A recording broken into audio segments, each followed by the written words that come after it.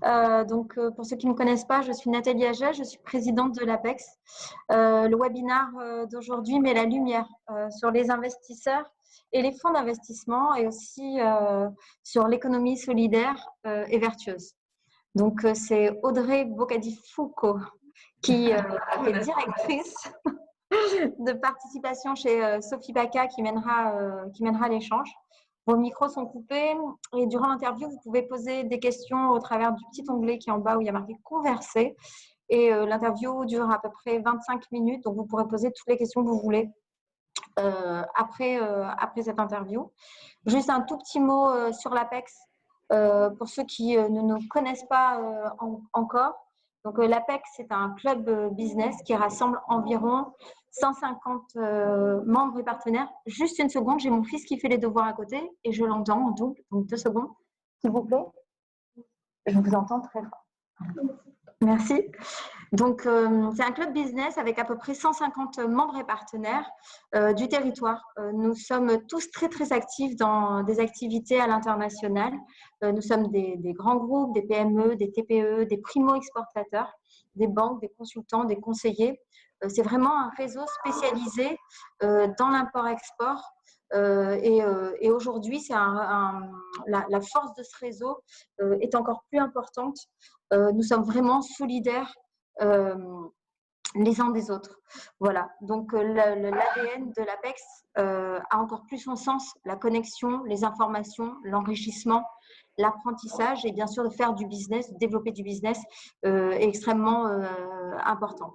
Au travers de ces interviews, l'APEX vous permet de rencontrer, d'échanger avec des entrepreneurs du territoire, des experts financiers, des managers qui ont une forte expérience et qui vous offrent un petit peu, qui vous proposent des clés pour avancer durant cette période qui est relativement particulière. Aujourd'hui, l'entraide, dans son sens le plus large, prend vraiment tout son sens et je voulais vraiment remercier Christophe Baralotto de nous donner du temps et d'être parmi nous. C'est avec plaisir. Merci beaucoup Nathalie pour l'invitation. Merci à vous tous qui êtes déjà connectés de l'intérêt que vous me portez. Voilà, je vais essayer de vous raconter un peu à travers mon parcours, vous raconter un peu ce qui m'anime aujourd'hui et discuter avec Audrey, donc qui a un nom plus difficile à prononcer que le mien, vous l'avez compris, de vous apporter un éclairage sur ce qu'est le métier d'investisseur. Je vois Thierry également sur l'écran. Salut Thierry, Allaire, qui fait partie avec moi du groupement du réseau Provence Business Angel. Et donc, je vois également des gens qui font partie de mes participations. Donc, ce sera intéressant d'échanger avec vous sur ces sujets. Et puis, plus largement, vous l'avez peut-être compris aussi, sur des sujets plus sociétaux dans la sphère associative. Et puis, on a de l'actualité en ce moment, évidemment, avec ce qui se passe à Marseille en particulier. Audrey, peut-être, je ne sais pas si c'est toi qui prends la main, comment ça fonctionne? Tu as fait une excellente introduction. Je voulais juste préciser pourquoi on avait pensé à cette interview. Je trouvais intéressant parce que tu es une personne originaire de la région, attachée à ton territoire, attachée à une vision aussi sociale de ce territoire, une vision business.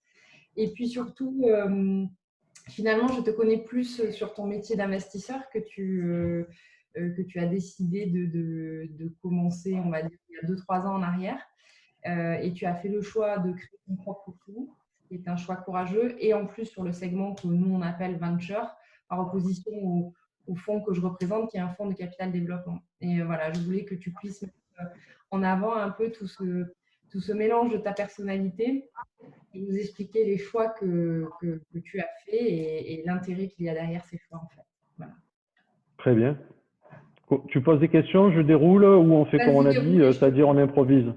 Vas-y, déroule. Je te poserai quelques questions. Ok.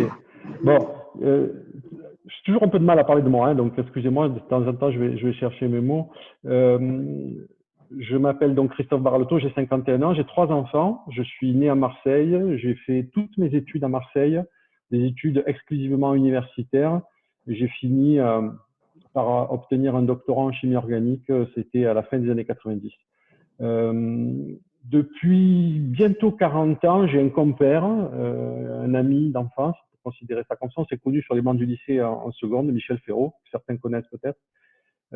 Et depuis, on ne s'est jamais quitté depuis cette époque-là. Donc, on s'est connus en seconde. On a fait toute notre scolarité ensemble, y compris les étapes dites de césure, qui à cette époque-là n'étaient pas vraiment de césure, mais on appelait ça pudiquement du redoublement. Donc, on a fait en sorte de se suivre. Et à la fin des années 90, en 1998, on a décidé de créer une première société qui s'appelait à l'époque Provence Technologies. Ça en dit long sur notre attachement au territoire, parce que ça ne veut absolument rien dire, si ce n'est que ça se passe en Provence. En réalité, on faisait de la recherche externalisée en chimie pour l'industrie pharmaceutique, cosmétique, agroalimentaire. Donc des études qu'ils n'avaient pas forcément envie de faire chez eux parce qu'elles étaient à leurs yeux pas suffisamment génératrices de valeur et qui sous-traitaient chez nous. Bon an, mal an, on a développé cette boîte. Début des années 2000, on a connu une petite crise parce que l'un de nos principaux clients s'appelait Aventis et qu'ils ont été rachetés par Sanofi et on s'est retrouvé avec un carnet de commandes en chute libre. C'est à cette époque-là qu'on a décidé de créer Mail in Black, que vous connaissez aussi peut-être, qui est un éditeur informatique qui se développe très très bien un peu partout dans le monde maintenant. On a lancé à cette époque-là, puisqu'on faisait de la prestation de services, donc on avait un laboratoire de recherche, c'était un centre de coûts, des people, du matériel, des locaux et pas de commandes. Donc on a décidé de faire notre propre recherche. Pour la première fois, on a commencé à financer nous-mêmes sur nos fonds propres des recherches et c'est comme ça qu'est né le projet sur le bleu de méthylène. Ce bleu de méthylène était aujourd'hui le produit phare de Provence Technologies, devenu donc Provepharm Life Solutions, qui développe et qui commercialise dans le monde entier donc cette molécule, ce médicament de grand-mère qu'on a remis sur le marché. Et durant les 20 années, on a fêté il y a 2 ans bientôt, on a fêté les 20 ans de Provence Technologies. Durant ces 20 années, on a connu 3 périodes. Une première que j'ai décrite, qui était la période de recherche et développement et de prestation de services. Donc, on avait des commandes, on faisait de la recherche.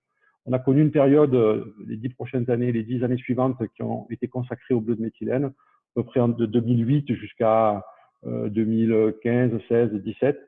Et puis aujourd'hui, Provepharm, alors je vais vous le dire, moi j'ai quitté mes fonctions opérationnelles il y a 2 ans, donc je peux pas en parler, je peux pas parler de l'actualité et du futur parce que je suis pas habilité. Je suis actionnaire de l'entreprise, mais je n'ai plus aucune fonction en son sein.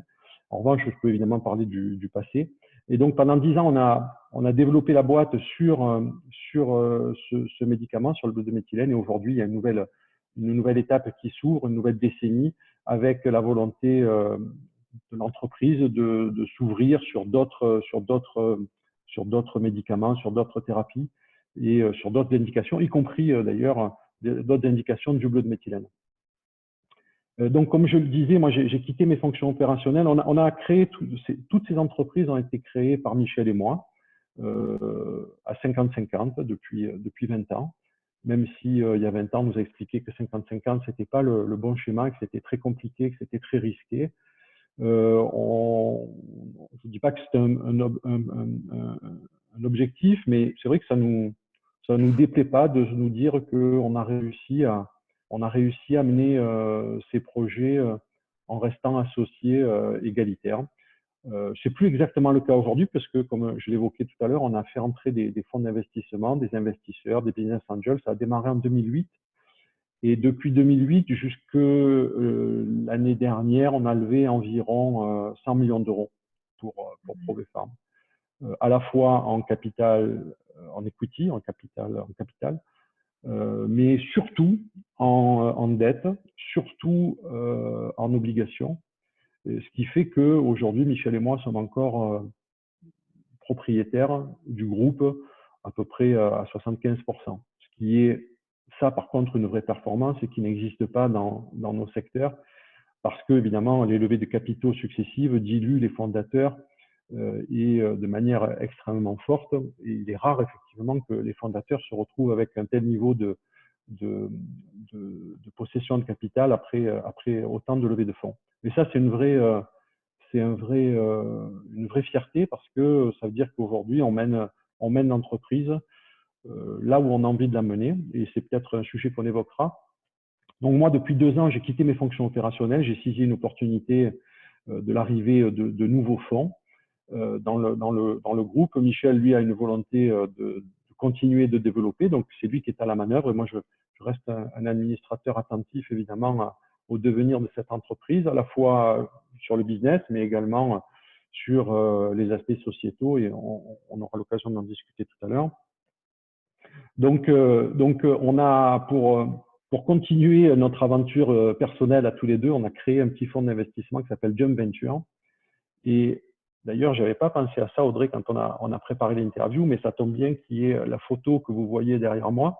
Donc, comme l'a dit Laurent tout à l'heure, c'est une photo d'un photographe qui s'appelle Philippe Écharou, qui est un photographe marseillais que j'adore, qui a plein de projets. Vous pouvez taper son nom sur Internet et je suis à peu près certain que vous avez déjà vu au moins une de ces photos. Je pense notamment à celle de Zinedine Zidane, qui est absolument incroyable. C'est un portrait absolument incroyable. Bref, il a d'autres projets. Je fais juste une parenthèse, si tu peux me permettre. Bien et sûr. donc, on organise un événement vendredi 1er mai en fin d'après-midi. Ah oui, j'ai vu ça avec Christophe. Ouais. Avec lui, et pour présenter un petit peu son travail, son œuvre avec le galeriste qui aujourd'hui le représente. Voilà. Exactement. Juste une très bien. Ben moi, je l'ai connu à travers Christophe. Je fais juste une parenthèse parce que dans ce que je raconte, ça a un petit sens. Donc, la photo que vous voyez, c'est une photo du pont de la Fosse-Monnaie, s'il y en a certains d'entre vous qui connaissent cet endroit à Marseille. Et moi, je suis né dans le 7e arrondissement, pas très loin de la Corniche. Et quand j'étais jeune, avec Michel notamment, quand on était jeune, on venait plonger de l'endroit qui est situé à peu près ici. Là, je ne sais pas si vous le voyez, mais ah non, ça ne marche pas. L'écran est inversé. Bref, on venait plonger de cet endroit-là. Et quand on a créé Jump Venture, la baseline, c'est si tu y vas, j'y vais. Parce que c'était notre leitmotiv à cette époque-là. Quand on plongeait, il y en avait toujours un qui se lançait le premier. Et évidemment, c'était beaucoup plus facile pour les autres de le suivre. Et donc, c'est un peu le message qu'on veut faire passer aux gens, aux startups qu'on accompagne. C'est-à-dire qu'on ne peut pas faire à leur place, mais en revanche, s'ils ont une bonne idée, s'ils ont le goût du risque, s'ils ont envie de porter et de mener une aventure, à la fois une aventure économique, une aventure humaine, une aventure sociale, on essaye de les accompagner du mieux qu'on peut. Donc, ça tombe assez bien qu'il y ait cette photo-là. Je trouve que ça illustre bien le propos. Mais du coup, ça amène une de mes questions, Christophe, pardon, mais beaucoup de personnes qui choisissent d'investir ne décident pas de le faire via leur propre fonds. Tu vois, ils passent par des fonds de fonds, transmettent leur argent à des tiers qui, eux, vont s'occuper d'investir pour eux. Pourquoi vous avez choisi de le faire par vous-même avec votre propre structure? Moi, je trouve ça très courageux. Et deuxièmement, pourquoi tu as choisi, mais quelque part avec ce que tu viens de nous expliquer et l'image de cette photo, pourquoi tu as choisi le capital risque? Moi, j'ai un début de réponse, mais j'aimerais bien que tu nous l'exprimes. Ouais. Alors, quand en 98, les fonds d'investissement sont arrivés, on s'est retrouvé avec de l'argent personnel. Et la question était de savoir ce qu'on pouvait en faire. Et grosso modo, avec Michel, on avait une triple volonté. La première, c'était de poursuivre un projet commun. Et Jump Venture nous donne l'occasion de continuer de travailler ensemble, même si c'est plus au quotidien comme ça a pu être le cas par le passé. Mais on organise des comités d'investissement et de suivi de participation régulièrement. Donc, c'est un prétexte qu'on s'est fabriqué pour pouvoir continuer à se voir, à échanger et à partager finalement une partie de notre temps professionnel. La deuxième, c'était une volonté de diversifier notre patrimoine. Et là, une partie de la réponse, c'est que oui, le capital développement, c'est intéressant financièrement, mais ça n'a… Et je ne doute pas qu'il puisse être intéressant à d'autres niveaux, mais si véritablement on s'intéresse aux boîtes, c'est au début que ça se passe. Et ça vient aussi de notre expérience avec Provefarm.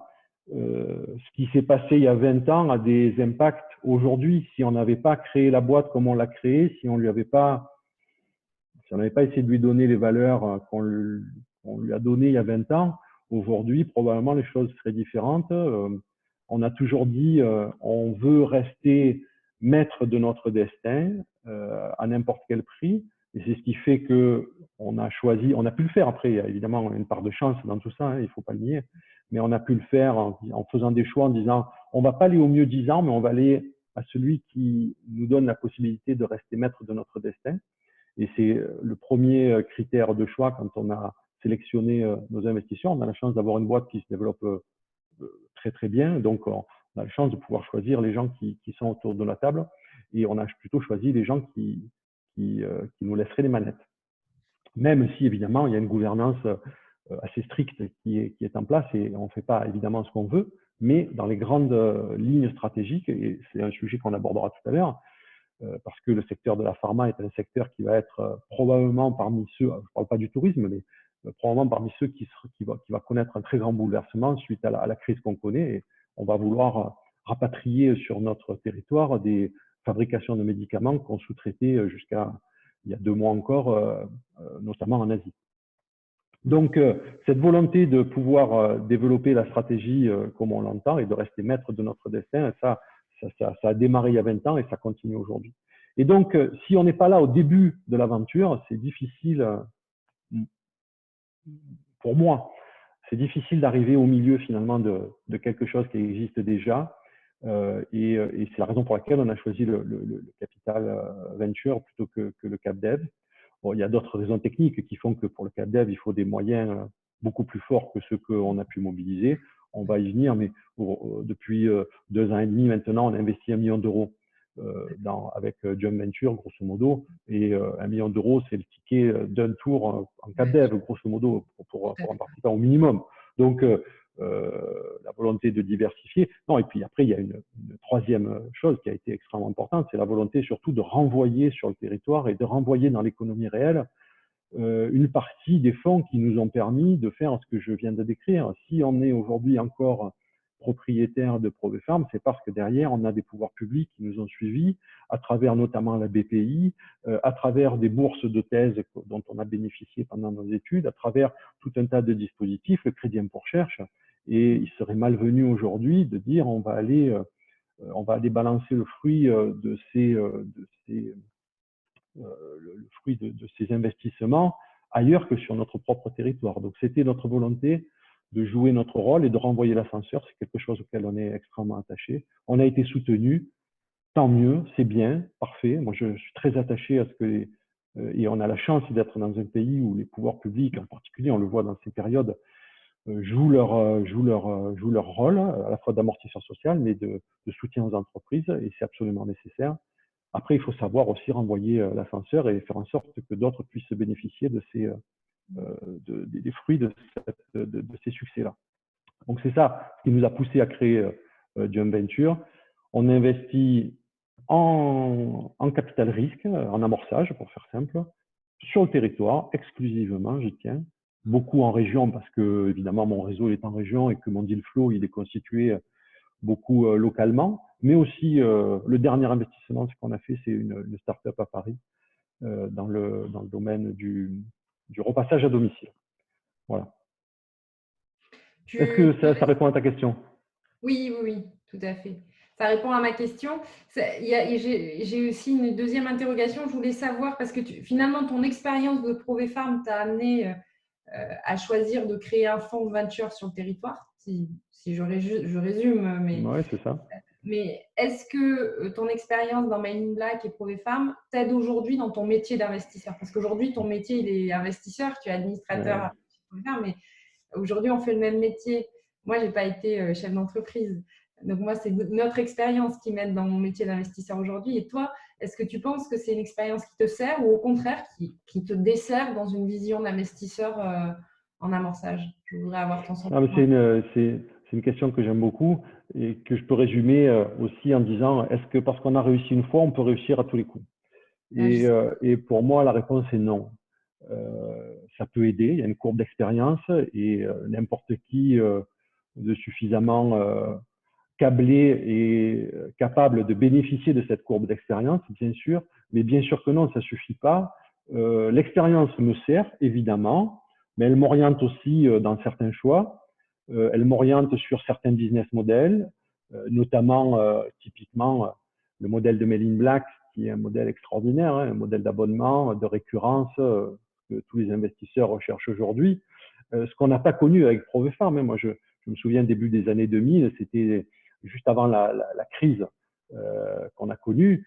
N'importe qui venait avec un business plan sur le papier, un tableur Excel et levait des fonds. On en a connu, nous, sur Château-Gombert. On était sur le technopole de Château-Gombert à cette époque-là. Des gens, des jeunes, quelquefois, c'était un peu frustrant pour nous parce qu'ils venaient avec un business model récurrent sur le papier et ils levaient beaucoup de fonds. Nous, à cette époque-là, on faisait la prestation de services avec Provence Technologies. Personne ne s'intéressait évidemment à nous et c'est naturel. Hein.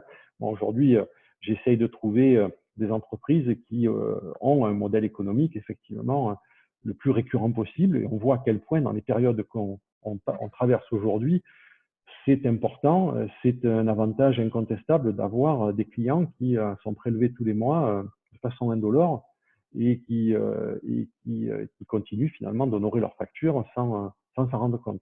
Donc, l'expérience, elle sert, mais elle ne fait pas tout. Je pense que c'est une remise en question systématique et croire que parce qu'on a réussi une fois, on va réussir à tous les coups, je pense que c'est une douce illusion à laquelle d'ailleurs on se rend vite compte que ça ne marchera pas comme ça.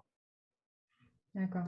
Et dans le choix de tes investissements, tu parlais du territoire, tu fais plutôt tous les secteurs d'activité, j'ai cru comprendre, et même si tu cherches des business models avec la récurrence, est-ce qu'il y a certains investissements que tu as choisis par rapport à une vision du monde de demain, c'est-à-dire une start-up voilà, qui a une idée et qui pense un peu renverser tout ce qu'il y a sur la table? Est-ce que tu peux à des moments être guidé par ce genre de… Oui, mais c'est plus compliqué que ça. Le monde de demain, bien malin celui qui sera capable de le décrire. Ce qui est sûr, c'est que on retrouve dans les startups une agilité et une énergie dont on a grandement besoin dans ces périodes compliquées. La première des qualités que je cherche, c'est la capacité à pivoter. Et c'est bien si on a quelqu'un qui a, alors, pas forcément, ou alors qui a connu un échec, ou qui a lancé sa boîte avec une certaine idée et qui a déjà opéré des ajustements, parce que en tant qu'investisseur en capital risque, on sait tous pertinemment que ce qui nous est vendu ne se déroulera pas exactement comment ça nous a été vendu. C'est une évidence. Dans le meilleur des cas, ça se déroulera bien, mais autrement. Dans le meilleur des cas. Dans le pire des cas, évidemment, ça se déroulera pas du tout et on ira à la casse. Mais la capacité, encore une fois, d'adaptation, je crois que c'est la principale qualité qu'on peut chercher chez un dirigeant, ou le fait d'avoir des produits qui soient suffisamment transversaux pour pouvoir être soit vendus en B2B, soit en B2C. Enfin, la capacité et la faisabilité de changer le business model ou de changer quoi que ce soit qui fasse qu'à un moment, de temps en temps, il y a besoin d'un petit déclic. Ça marche pas,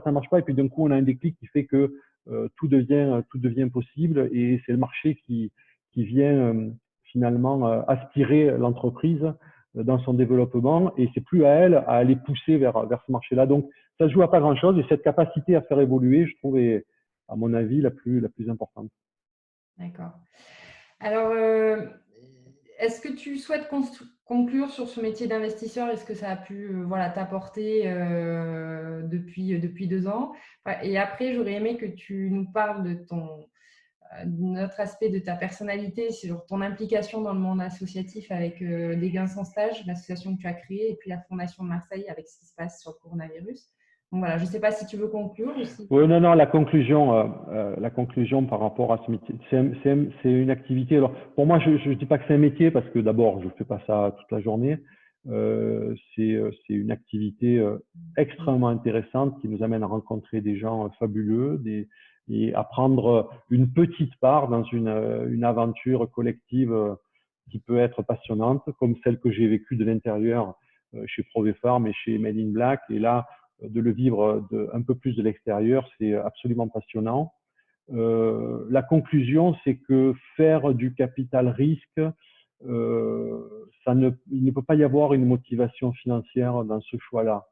Et quand j'entends certains débats sur ces sujets-là en disant finalement, les gens ils investissent là-dedans, de toute façon pour eux c'est une façon de défiscaliser ou d'économiser de l'impôt. c'est bien mal connaître ce métier parce que objectivement, j'ai dit qu'on avait investi 1 million d'euros depuis 3 ans. Ça fait quand même, voilà, ça fait une somme. Je suis pas certain qu'on les retrouve à la fin. En revanche, ce dont je suis certain, c'est qu'on aura permis à des boîtes, pendant un laps de temps en tout cas, de se développer. Toutes ne réussiront pas, mais peut-être que les gens qu'on aura accompagnés, même si ce projet-là ne marche pas, ben, développeront d'autres projets derrière. En tout cas, ce dont je suis convaincu, c'est qu'on aura contribué au développement économique du territoire. Et pour nous, c'était notre objectif principal. Donc, on aura de toute façon gagné, mais pas de l'argent. Enfin, du moins, pas forcément, hein, même Pas forcément. si à chaque fois qu'on a un closing, on espère avoir découvert la pépite qui va nous rendre ultra riches.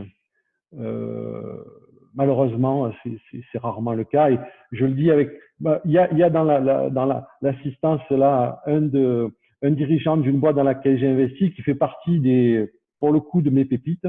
Et je regrette évidemment d'avoir trop peu investi dans son tour de table parce que je pense que lui, pour le coup, il va m'en rembourser 2 ou 3 autres. Bon, merci beaucoup Ouais. pour cette conclusion qui est très franche et sans langue de bois et que j'apprécie particulièrement. Parce que je pense qu'effectivement, dans le venture, la seule motivation financière ne peut pas suffire. Le venture, en tout cas le métier d'investisseur dans le temps. C'est pas le cas dans le CapDev, hein. Et c'est pas un reproche, c'est pas péjoratif, mais il y a qu'à voir les track records et les TRI offerts par les fonds de capital développement, c'est sans commune mesure. Tout à fait. Avec ce qu'on peut connaître dans le venture. Tout à fait. Bon, bah, écoute, merci pour cette conclusion et je te demanderai maintenant de nous parler de tes deux associations, de tes thématiques que tu cherches à développer au travers de ces associations. D'accord. Mais en fait, ça va un peu dans le même sens. En tout cas, ça participe de la même volonté, je crois. D'un côté, on investit avec, je l'ai dit, c'est pas une motivation financière, mais malgré tout, elle existe.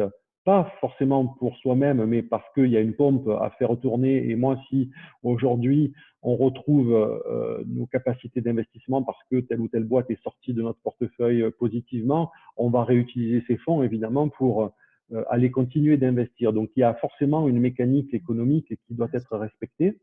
Dans le cadre associatif, c'est un peu la même chose. On investit du temps, de l'argent, de l'énergie, et le retour, évidemment, il n'est pas financier, mais on espère avoir un impact social le plus fort possible parce qu'on a un retour de bien-être. Moi, aujourd'hui, vivre dans la 2e ville de France, une ville à laquelle je suis tant attaché, et savoir qu'il y a des familles entières qui ne peuvent pas manger, ça me pose un problème. Ça m'en posait un il y a déjà pas mal de temps. Ça m'en pose encore de façon encore plus forte aujourd'hui. Et comme disait la chanson, ça m'empêche pas de dormir, mais ça gâche le goût de mes plaisirs. Et c'est tellement vrai. C'est tellement vrai. Dégain sans stage, c'est exactement ça. On est à Château-Gombert. Je ne sais pas si certains d'entre vous connaissent ce lieu sur un technopole qui représente l'excellence de la recherche universitaire, qui représente l'excellence de l'économie territoriale. Et à quelques encablures de là, on a des cités, des zones extrêmement populaires dans lesquelles on a des gamins de 3e qui ne sont pas capables, et pas par leur force évidemment, par manque de réseau, qui ne sont pas capables de trouver un stage que leur impose l'éducation nationale en 3e. Donc, soit on attend que ça se passe, soit à un moment donné, on se dit peut-être que je peux aider, peut-être que je peux faire en sorte de mobiliser mon réseau de chefs d'entreprise, mon réseau tout court, pour que ces gamins aient les mêmes chances que les nôtres. Moi, j'ai 3 enfants. L'année dernière, ils étaient en 3e. Pour leur trouver un stage, ça va pas être très, très compliqué. On avait même plutôt le choix que l'embarras. C'est pas normal. C'est pas normal. Ce stage-là, il est imposé par l'éducation nationale, et à juste titre. Je pense que c'est une formidable occasion pour tous les enfants de découvrir le monde de l'entreprise ou le monde du travail, pour faire en simple. Ça ne demande pas un gros effort puisque c'est même pas un stage, c'est une période d'observation. Donc, on a des gamins qui arrivent, on les met là, on les pose, ils écoutent, ils arrivent dans des endroits qui sont à des centaines de milliers de lieux d'imaginer. Ils voient des gens se parler dans un cadre professionnel. Ils savent, voilà, ils connaissent pas, ils savent pas. Et forcément, ça les éclaire. Forcément, ça ouvre un peu leurs esprits. Et pour certains, je dis évidemment pour certains parce que pas pour tous, ce serait illusoire, mais pour certains, ça provoque le déclic que j'évoquais tout à l'heure, qui fait qu'ils se disent, ben ouais, c'est vrai aussi, pourquoi moi je pourrais pas accéder à ce monde-là qui m'intéresse. Et donc c'est comme ça qu'est né Des Grains sans stage. À Marseille, il y a, enfin, dans le département, pardon, il y a 27 collèges REP+. Ça veut dire REP+, c'est Réseau d'éducation prioritaire renforcé. Sur les 27 du département, il y en a 23 qui sont à Marseille, et il y en a 4 qui sont dans le 13e. Donc, on a commencé dans le 13e. L'année suivante, on a trouvé 100 places de stage. L'année suivante, on en a trouvé 300 en ouvrant sur 10 collèges REP+ à Marseille. L'année qui vient de se terminer, on en a trouvé 350, presque 400 sur 15 des collèges REP+.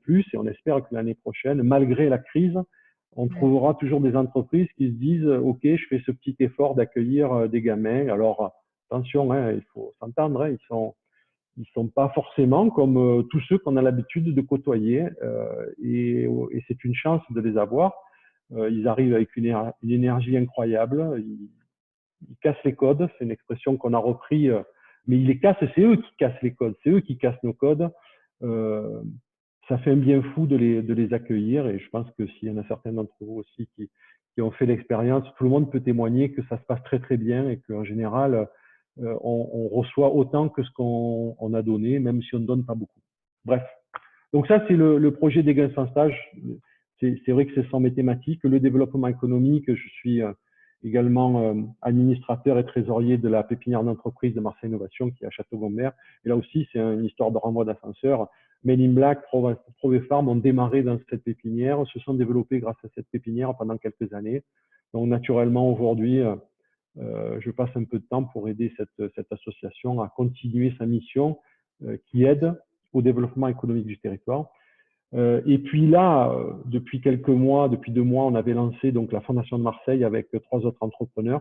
Peut-être que vous avez vu passer ça sur les réseaux. On essaye de communiquer un peu avec cette volonté de dire on va essayer de récolter des fonds pour aller aider sur les thématiques de l'éducation et du logement. Hein. On ne peut pas être à Marseille sans avoir une sensibilité particulière pour ce sujet avec tout ce qui s'est passé il y a quelques années. Et qui reste encore très présent, je pense, dans l'esprit de chacun. Donc là, le contexte actuel nous donne malheureusement une occasion de mobiliser plus fortement autour de nous. Donc c'est ce qu'on a fait il y a une dizaine de jours. On a lancé une opération qui s'appelle Marseille Solidaire. Et l'objectif, c'est de récolter des fonds au sein de la Fondation de Marseille. Je le précise, c'est une fondation qui est sous égide de la Fondation de France. Donc ça a un inconvénient, c'est qu'il y a une lourdeur administrative et une exigence de gouvernance très forte. Ça a un énorme avantage pour l'ensemble des donateurs, c'est qu'ils peuvent être assurés que l'argent ne va pas partir dans les méandres du tissu associatif, quelquefois plus ou moins connus et inconnus. Là, ce sont des associations, les associations qui sont soutenues, ce sont des associations connues, qui sont suivies notamment par la Fondation de France depuis pas mal de temps. Et on sait que c'est des associations qui vont aller apporter l'aide auprès des plus fragiles et de ceux qui en ont le plus besoin. Je le disais, aujourd'hui, il y a toute une frange de la population qui était dans une fragile précarité et qui se trouve aujourd'hui dans une situation incroyable. Je pense que la reprise de l'école, les gens ne le disent pas assez, mais la volonté, je pense, de renvoyer les enfants à l'école, c'est aussi, j'espère et je crois profondément à la volonté de les renvoyer aussi dans les cantines, parce que dans certaines familles qui bénéficient de certaines aides sociales, envoyer les enfants à la cantine, ça coûte rien, voire pas grand-chose.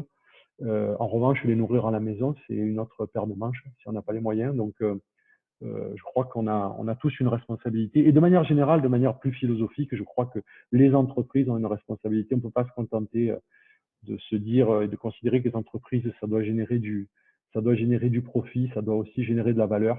mais de la valeur humaine. Et ça, j'en suis intimement persuadé. Enfin, c'est pas, je crois que c'est pas des paroles en l'air, c'est quelque chose sur lesquels, si on doit penser au monde d'après, ça fait partie des thématiques, moi, que je souhaiterais porter. Le monde d'après, ça doit être des bénéfices, ça doit être de la valeur ajoutée financière, parce que je crois pas qu'on va révolutionner tout. En revanche, on peut révolutionner ce qu'on fait de cette valeur-là.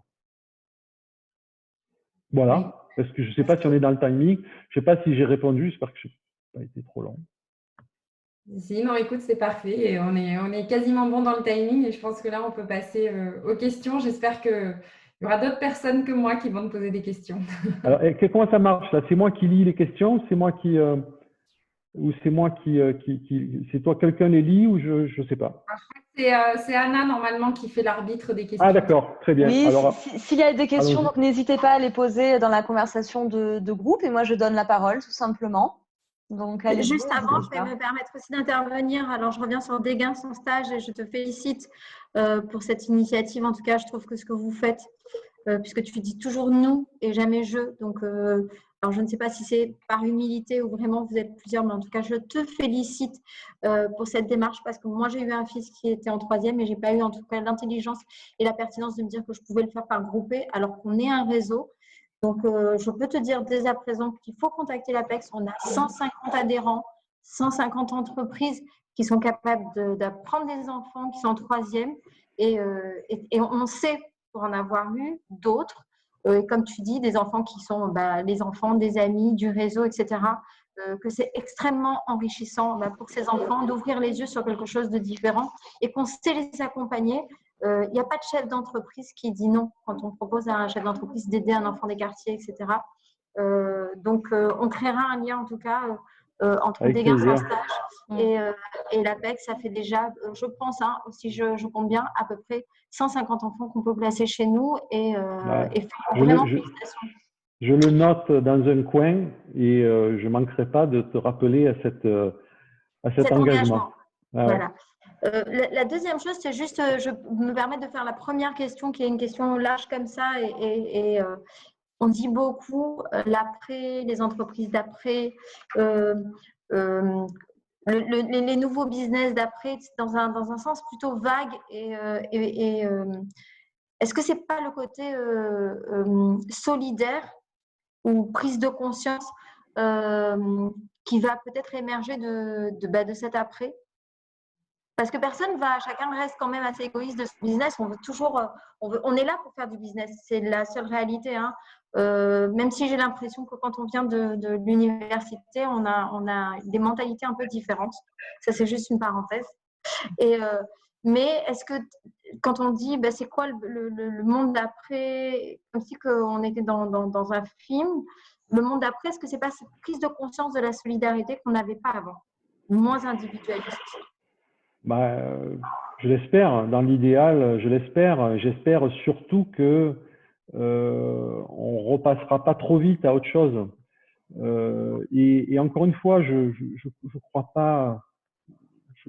Je crois que la nature humaine a quelques défauts, malgré tout, même si on est tous optimistes. Je crois malheureusement qu'il y a des habitudes qui reviendront, mais j'espère que, vous savez, je dis vous tous, ça me fait penser quand il y a une élection présidentielle, on dit il y a 100 jours finalement pour faire les choses. Je crois qu'on va avoir une fenêtre qui va s'ouvrir pendant un temps après cette crise ou pendant cette crise, parce qu'on le disait en préambule avec Audrey, je crois qu'on mesure pas, moi je mesure pas à quel point ça va durer.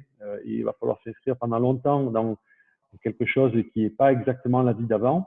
Mais néanmoins, il va y avoir une fenêtre pendant laquelle on doit, j'espère, on arrivera à faire consensus à la fois au niveau national, mais probablement au niveau international. Et c'est là où il faut prendre les décisions. Parce que les choses reviendront ou tenteront de revenir. Et si on n'a pas mis les garde-fous dès le début, si on n'a pas pris en compte ces besoins de solidarité dès le départ, on retombera dans nos travers, je le crains. Donc, il y a un enjeu très fort, me semble-t-il, dans les semaines et les mois à venir, pour faire en sorte que les choses puissent durablement changer après. Et l'impératif de solidarité, je l'espère. Je l'espère. Je l'espère. Non, mais par rapport à ce que tu disais, je veux pas être le casseur d'ambiance, hein, mais tu vois, quand tu me dis qu'il n'y a aucun chef d'entreprise qui veut pas prendre un gamin, ouais, moi je te garantis qu'il y en a plein. J'en ai vu plein. Je passe un temps fou à expliquer qu'il faut accueillir ces gamins et que c'est pas compliqué. Je trouve aucune personne, évidemment, qui me dit que c'est une mauvaise idée. Tout le monde approuve, tout le monde applaudit, tout le monde trouve que c'est bien. Mais il y en a finalement assez peu qui passent le pas parce que parce que quand je leur dis, je raconte l'histoire, j'ai la petite prétention de penser, je la raconte pas trop mal, donc ils achètent tout sur l'instant, comme certainement peut-être tout le monde le fait ici. Ouais, super, là. Mais 3 mois après, quand il faut remplir la convention, alors qu'il y a 1000 priorités avant d'arriver à celle-là, et c'est ça, et le monde d'après, peut-être que c'est ça, c'est de remettre un peu les choses en perspective. On l'a tous, je pense que, alors moi en discutant avec Michel chez ProEfarm, Michel c'est quelqu'un qui est pas du tout branché nouvelles technologies, et le home office, c'est pour lui c'est compliqué à imaginer parce que c'est quelqu'un qui aime tellement le contact humain qu'il n'imagine pas qu'on puisse le faire à travers un écran. Il n'imaginait pas. Et là il est en train de me dire c'est incroyable, on arrive tous à travailler. Donc, on prend tous conscience qu'il y a des choses qui sont différentes et qu'on arrive à faire des choses qu'on n'imaginait pas avant.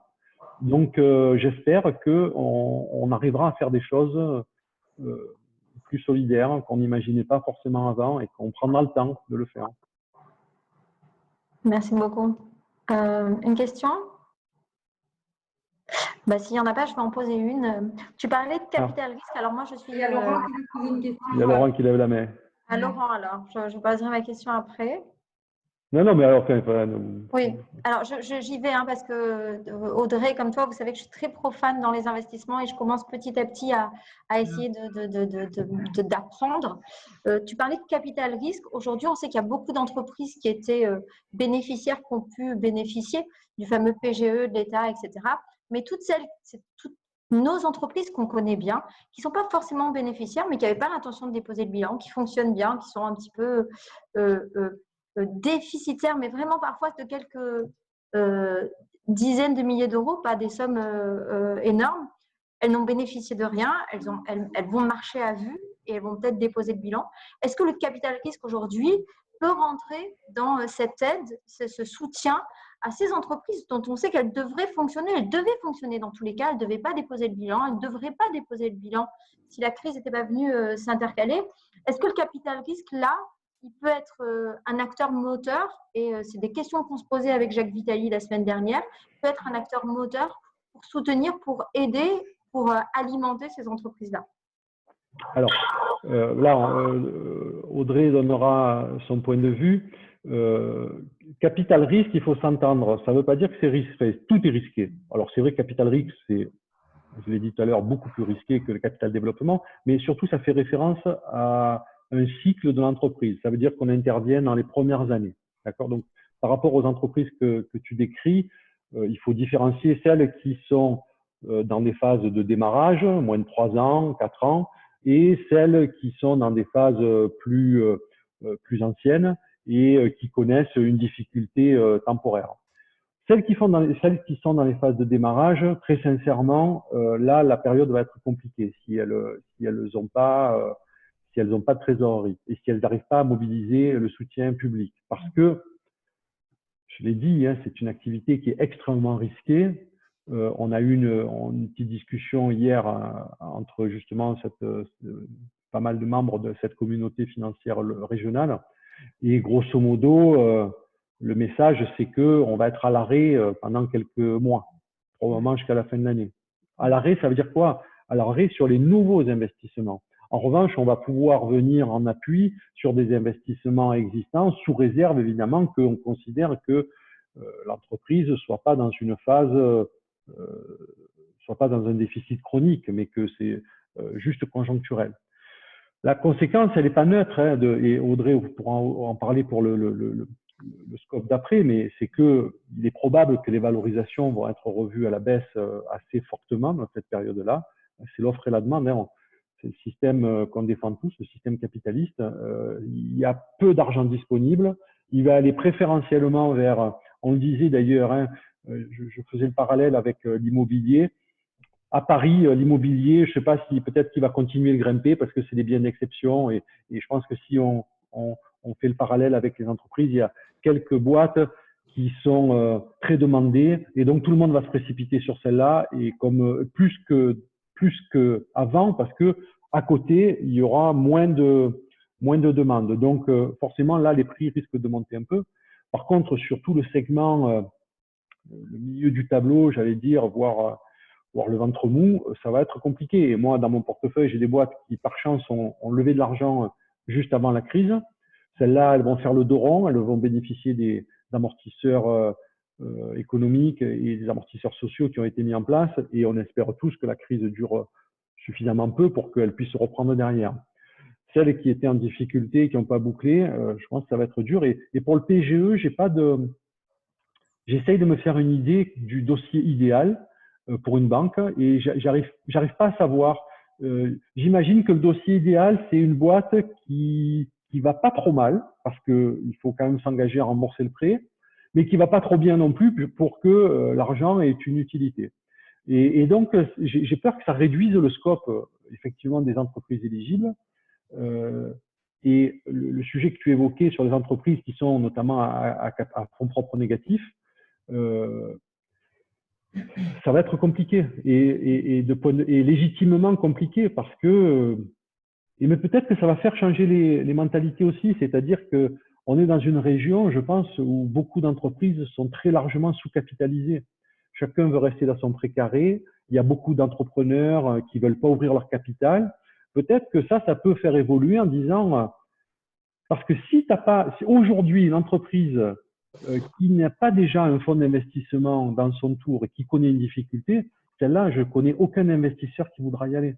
Ce n'est pas possible d'arriver comme ça, un cheval blanc qui sort de n'importe où dans une entreprise inconnue. En revanche, un investisseur qui est présent, qui sait mobiliser de la ressource, qui croit au projet de l'entreprise, là, je crois qu'il y a des choses qui sont possibles et on le sait, il y a des choses qui se font, il y a des soutiens qui se font parce que on a une antériorité sur la boîte, on a une antériorité sur l'équipe de direction et on a confiance dans la capacité à rebondir.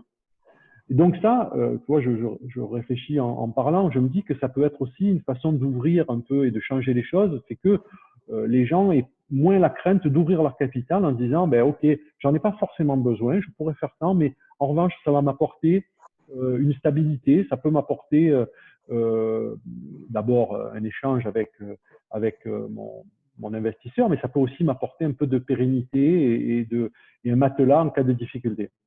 Audrey ? Écoute, c'est exactement, je partage totalement ton point de vue. Le fait d'avoir un investisseur à son capital lui permet à une entreprise d'avoir un amortisseur face à une crise telle qu'on vient de la rencontrer. Certes, il y a le PGE, mais il y a un investisseur et c'est ce que je disais aussi la semaine dernière.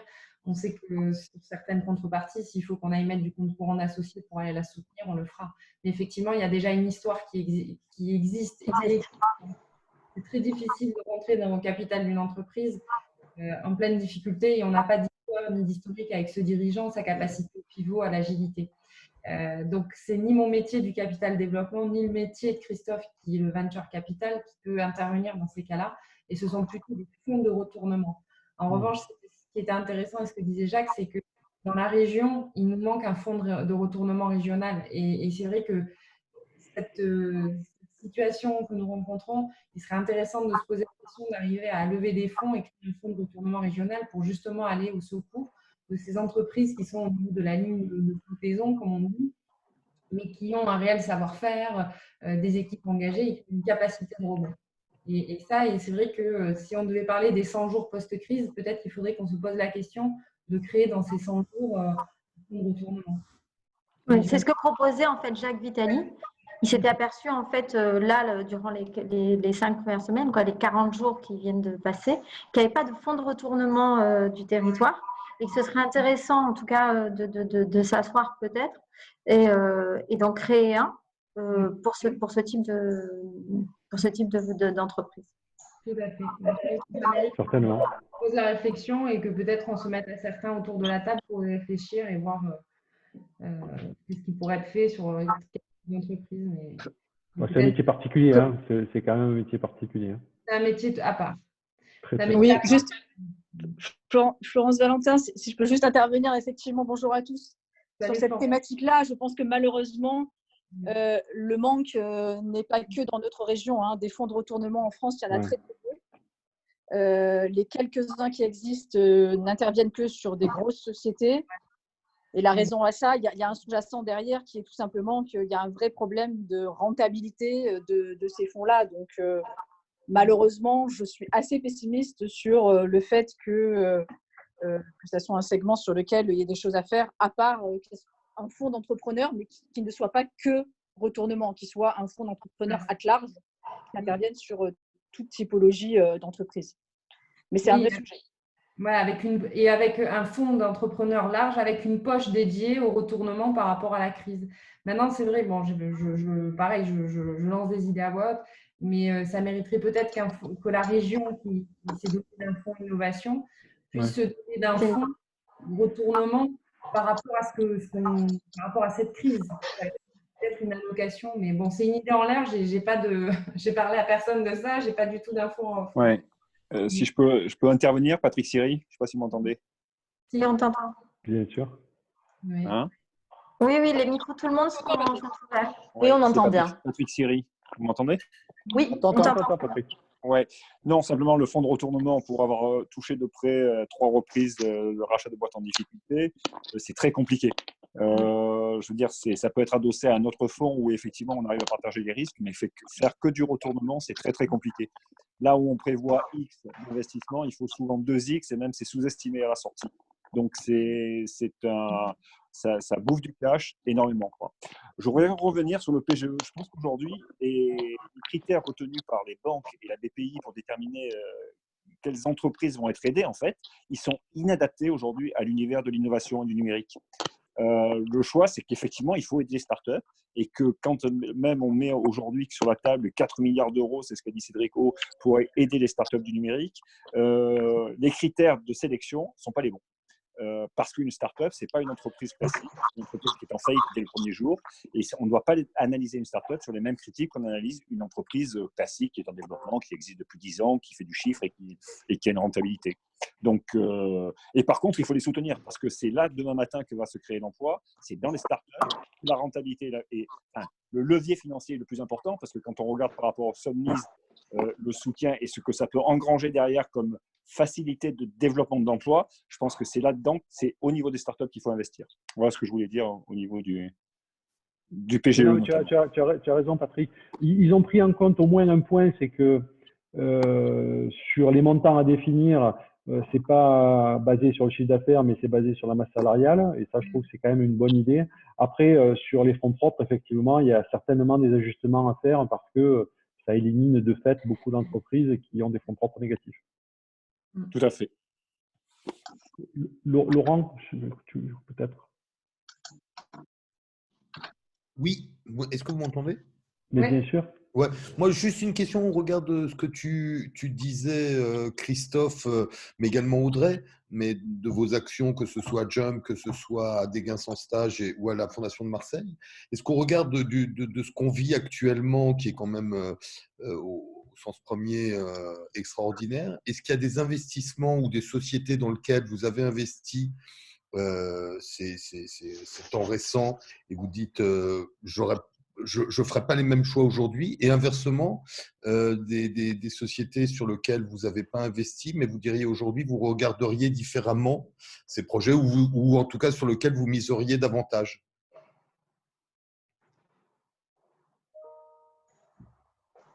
On t'entend pas, Christophe. Elle m'a coupé. Ouais.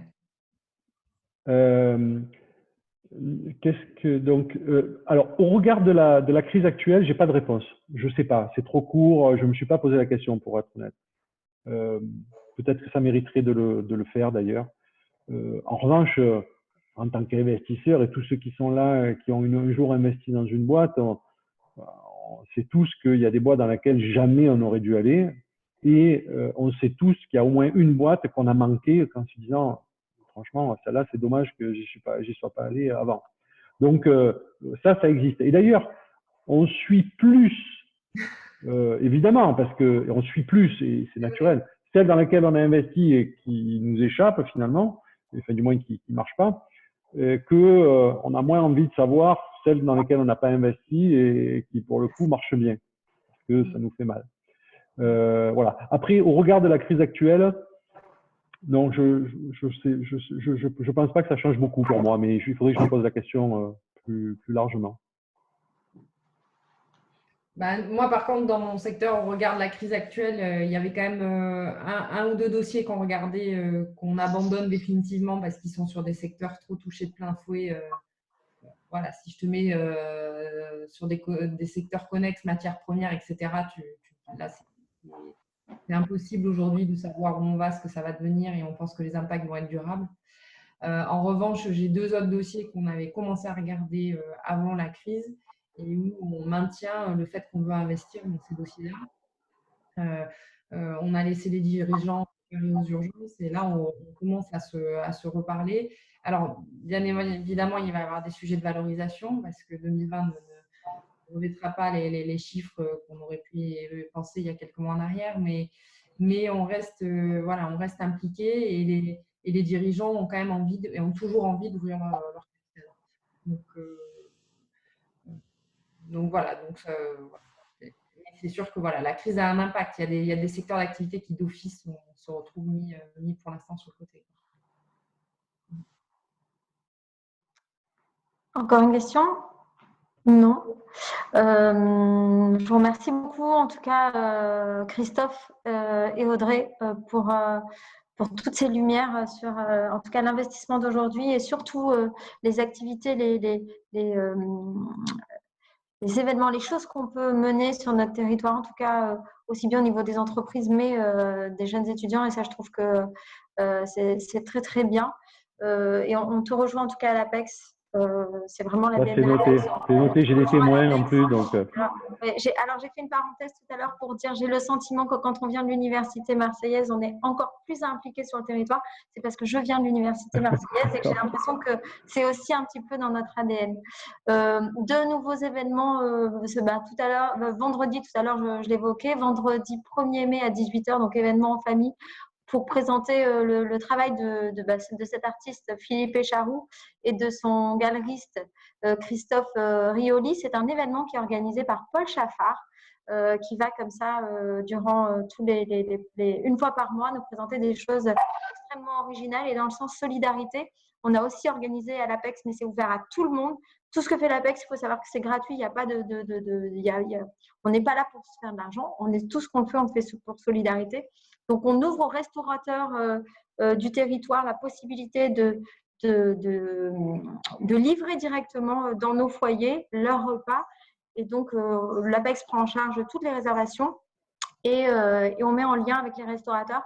Et donc, toutes les semaines ou tous les mois, Paul a plus d'informations. Donc, si vous avez besoin d'informations, il faut voir Paul Chaffard. On livre comme ça. La prochaine livraison est pour le 8 mai pour le restaurant Buco. C'est ça? Buco. Merci, Paul. Avec une conférence où le chef partage les recettes de ce qu'on va déguster et son expérience. Sur Marseille et sur Aix-en-Provence. Oui. Deuxième événement, mardi prochain à 12h30, donc même type de Zoom, avec Jacques Vitali et Philippe Crevel, qui est économiste, qui va donner un petit peu, qui va décrypter l'actualité et l'impact de la situation sur l'économie générale. Voilà, je vous remercie beaucoup, je vous souhaite un bon appétit et à très bientôt. Au revoir. Bye bye. Au revoir.